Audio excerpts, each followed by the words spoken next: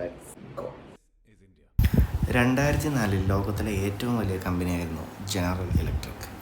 $1 trillion മൂന്നിലൊന്ന് മൂല്യമുള്ള company. പെട്ടെന്നായിരുന്നു എല്ലാം തകിടം മറിഞ്ഞത്.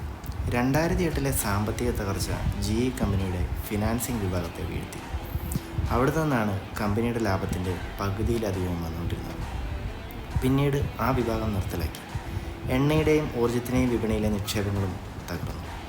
ബില്യണുകൾ എഴുതിത്തള്ളേണ്ടി വന്നു.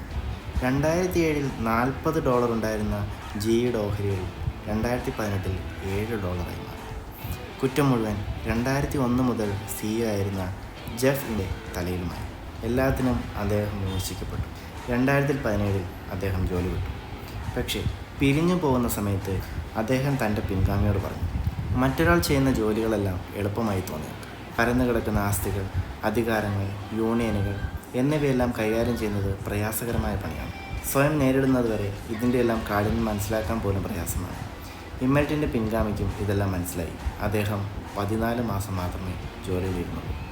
മിക്ക കാര്യങ്ങളിലും പ്രമാണങ്ങളിലുള്ളതിനേക്കാൾ പ്രയാസമുണ്ടാകും പ്രവൃത്തിയിൽ.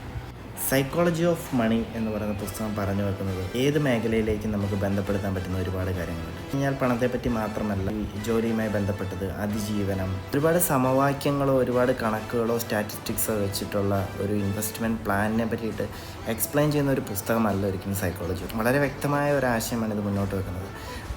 പണം എന്ന് പറയുന്ന കാര്യം സാമ്പത്തിക ശാസ്ത്രവുമായി ബന്ധപ്പെട്ട് നിൽക്കുന്നതിനേക്കാൾ അധികം മനഃശാസ്ത്രപരമായിട്ടുള്ള ഒരുപാട് കാര്യങ്ങളുമായിട്ട് ബന്ധപ്പെട്ട് കിടക്കുന്നു എന്ന ഒരു ബ്രോഡ് മീനിങ് ആണ്.